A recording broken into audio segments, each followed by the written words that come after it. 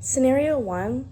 In this situation, my first thought is that Jack's lack of participation might not just be due to disinterest. It could be about certain unmet needs like emotional, environmental, or academic needs. So instead of jumping to conclusions about like behavior and focusing on like punishment, I would focus on understanding what is preventing him from engaging first. And so my first step would be to reach out to John privately in a calm, non judgmental way, and I would ask how he is feeling about the sessions and if, for example, anything is making it difficult for him to participate or to turn his camera on.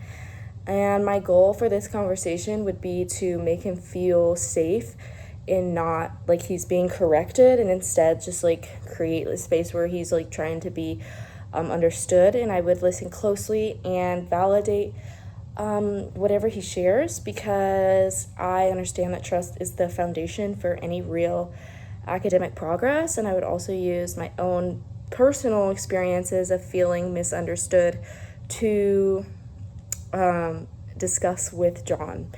And if he doesn't immediately open up, I would still continue to build consistency through like small check-ins and positive reinforcement during sessions.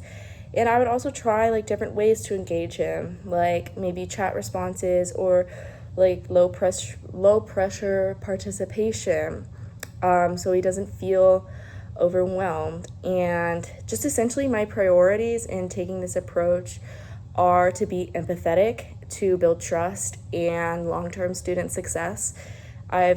Like I said previously, I personally experienced times where I've felt very misunderstood in learning environments, and I understand, obviously, through experiencing COVID, how learning online can be difficult to turn on cameras.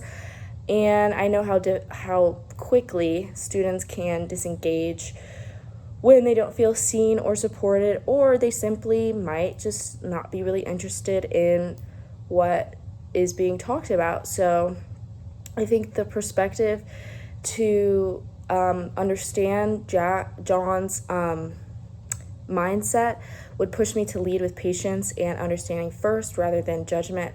And I would ultimately focus on how John feels, to make sure that he feels belonged, like he feels a sense of belonging in the learning space, and maybe readjust my ways of teaching, because all students need different things to succeed.